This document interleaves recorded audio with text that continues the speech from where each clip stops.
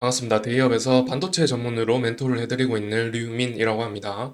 이번 영상에서 제가 알려드릴 종목은 LTC라는 종목인데 삼성의 소부장 업체로 예견되는 업체입니다. 삼성이 최근에 5세대 HBM 관련해서 GTC 2024에서 이 엔비디아가 주최하는 행사죠. 여기서 12단 적층형을 최초로 공개를 하면서 이 젠슨왕이 굉장한 관심을 보이죠. 젠슨왕이 여기다가 어프로브드 승인이라는 단어를 남기고 기사로 굉장히 이 삼성과 엔비디아 간의 어떤 계약 가능성에 대해서 기대감이 듬뿍 담긴 기사들이 연일 계속 기사를 통해서 소식을 접할 수가 있었습니다. 그러면 이 LTC가 어떤 회사이냐? 이 무진전자를 인수하면서 세정 장비를 확보하게 됐는데요. 그러면 이 세정 장비, 어떤 세정 장비인지 좀 기술적인 면에서 말씀을 드리고요. 그리고 이 세정 장비로서 삼성한테 굉장한 주목을 받고 있는 이 LTC라는 업체가 너무 잦은 전환 사채를 발행을 하고 있는데요. 이게 과연 독인지 득인지 그것과 관련해서도 얘기를 좀 하고자 합니다. 그러니까 저희 대기업을 구독하지 않으신 분들은 먼저 구독부터 해주시면 좋겠죠? 자, LTC 관련돼서 장비를 설명을 드리자면은 이제 왼쪽에 보이시는 게 LTC 장비들이고요. 이 LTC는 일단 LS이라는 자회사를 두고 있는데 이게 이제 무진전자를 인수하면서 변경된 이 이름이겠죠. 이 무진전자를 인수했습니다. 그리고 이제 반도체 세정 장비 기술력을 습득을 하죠.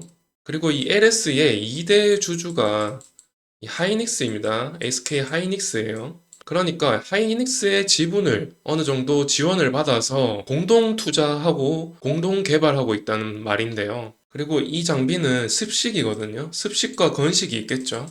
이 습식 장비이면서 미세화 공정을 위해서 SK와 같이 공동 개발하고 있는 것입니다. 그래서 내년에 25년에 이 SK 하이닉스로부터 이 개발 장비에 대한 이 천억에 상당하는 이 제품 계약을 미리 수주를 받았었는데요. 선수주를 받았었는데 23년, 24년 이렇게 상반기까지도 이제 업황이 좀 좋지를 못하다 보니까 SK 하이닉스 자체적으로 이 감산도 했거든요.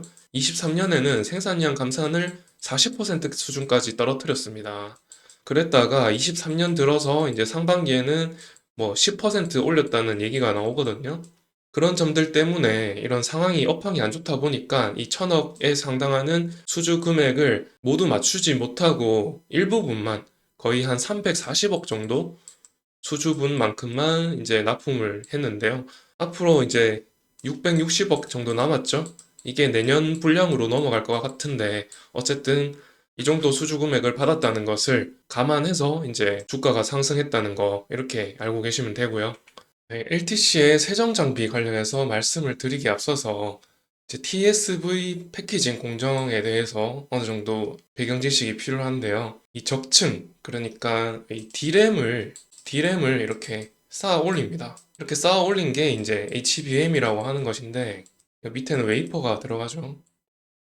이 쌓아 올릴 때 이 패키징 방식에서 이 칩을, 반도체 칩을 구멍을 냅니다. 구멍을 내는 이 방식을 이제 스로우 실리콘 비아라고 해서 TSV라는 용어를 쓰는데요. 스로우, 그러니까 뚫는다는 거죠. 구멍을 낸다는 거죠. 실리콘에 구멍을 내다 보니까 이제 생기는 찌꺼기들, 이런 것들이 발생을 하죠. 그래서 이런 거를 씻어내는 세정 장비다. 이렇게 아시면 되겠고요. 근데 이 크기는 굉장히 작습니다. 이렇게 크게 그려서 그렇지 굉장히 작고요. 여기에 대한 기술력을 LTC가 갖고 있다는 뜻이고, 그것도 이제 하이닉스의 지원을 받으면서 이 장비를 개발하고 있죠. 그렇기 때문에 좀 더 확실한 수급 라인이 생기는 거죠. 하이닉스 입장에서는.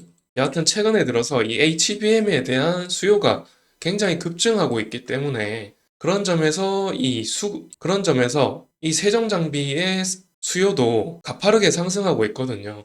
이게 HBM에 대한 수요 전망인데요. 이 AI 반도체, 그러니까 NPU라고 하죠.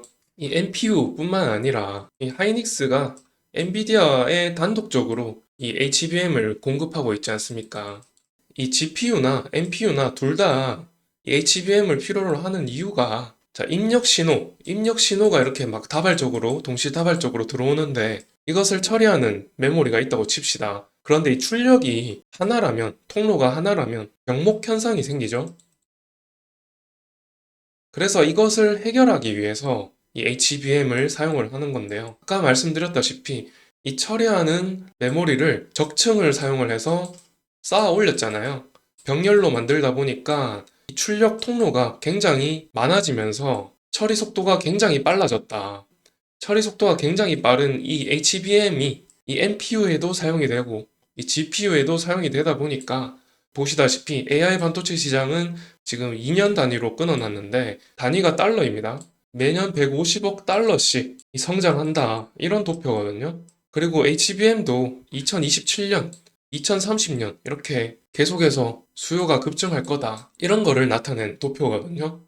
그래서 이 시장 규모가 굉장하다는 걸 한눈으로 볼 수가 있고요. 그러면 생산 캐파 문제도 생기잖아요. 그것 때문에 지금 반도체 클러스터라고 해서 정부의 지원 정책 사업 중에서도 하나인 게 국내의 반도체 인프라를 굉장히 늘리고 있는 지금 추세가 있거든요.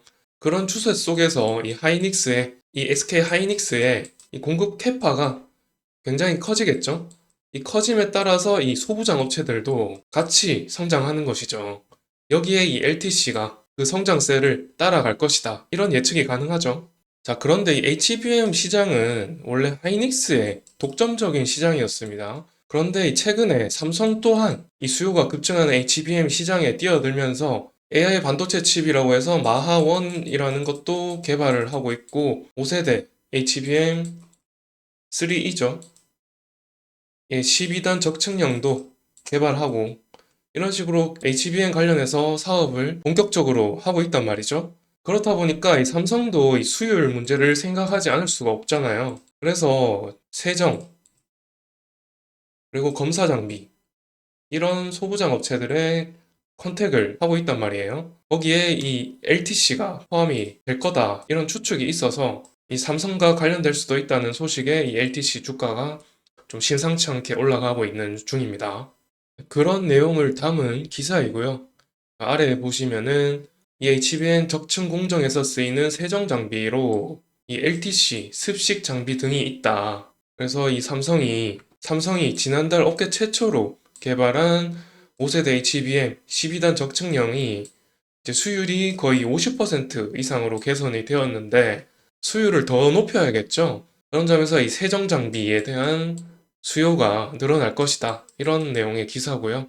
그래서 그 세정 장비 업체로 LTC가 거론이 되고 있는 것이죠. 마지막으로 주가적인 흐름을 보시게 되면은 지금 여기까지 초반에 상승을 했었는데 전고점 비스무리하게 한번 매물대가 생겨 있죠. 또 매물대가 한번 더 생겼고요. 이렇게 거래량 받치면서 매물대가 생겨 있을 때는 적어도 이렇게 눌렸을 때 이 정도까지는 올리겠다. 이 정도는 충분히 유출을 할 수가 있겠습니다. 여기서부터가 이제 중요한 것인데 여기서부터 돌파를 했지만 계속해서 여기서 지금 저항이 계속 생기고 있죠. 저항이 세다 보니까 다시 이렇게 상승분을 반납하게 되고 이렇게 세 번이나 고점을 맞아버리니까 이 부분에서 매물대가 많이 쌓여 있습니다. 그리고 최근 2주 동안은 그 매물대를 돌파하면서 계속해서 222일선을 지지선으로 활용하면서 이렇게 상승 추세에 있었는데 2주 전에 이 지지선을 한번 터치한 이후로 상승 전환 포인트가 생겼습니다. 그래서 저는 이 매물대가 어느 정도 강한 지지선으로 형성될 것으로 보이고 이것만 다시 뚫고 내려가지 않는다면 상승세를 어느 정도 유지할 거라고 이렇게 추측하고 있습니다. 앞서서 인트로에서 제가 전환사채 관련해서 말씀을 드린다고 했는데 지금 시간적인 측면에서 좀 다음 시간으로 미뤄야 될 것 같거든요. 24년 1분기 보고서가 발표가 되죠. 그 분기 보고서와 함께 전환사채 관련해서 새로운 2편에서 같이 다루는 걸로 해서 다음 시간에 뵙도록 하고요. 다음 영상을 위해서 구독도 해주시면 더 보기 편하시니까 영상이 좋으셨다면 좋아요도 함께 부탁드리면서 영상을 끝내도록 하겠습니다. 그러면 감사드립니다.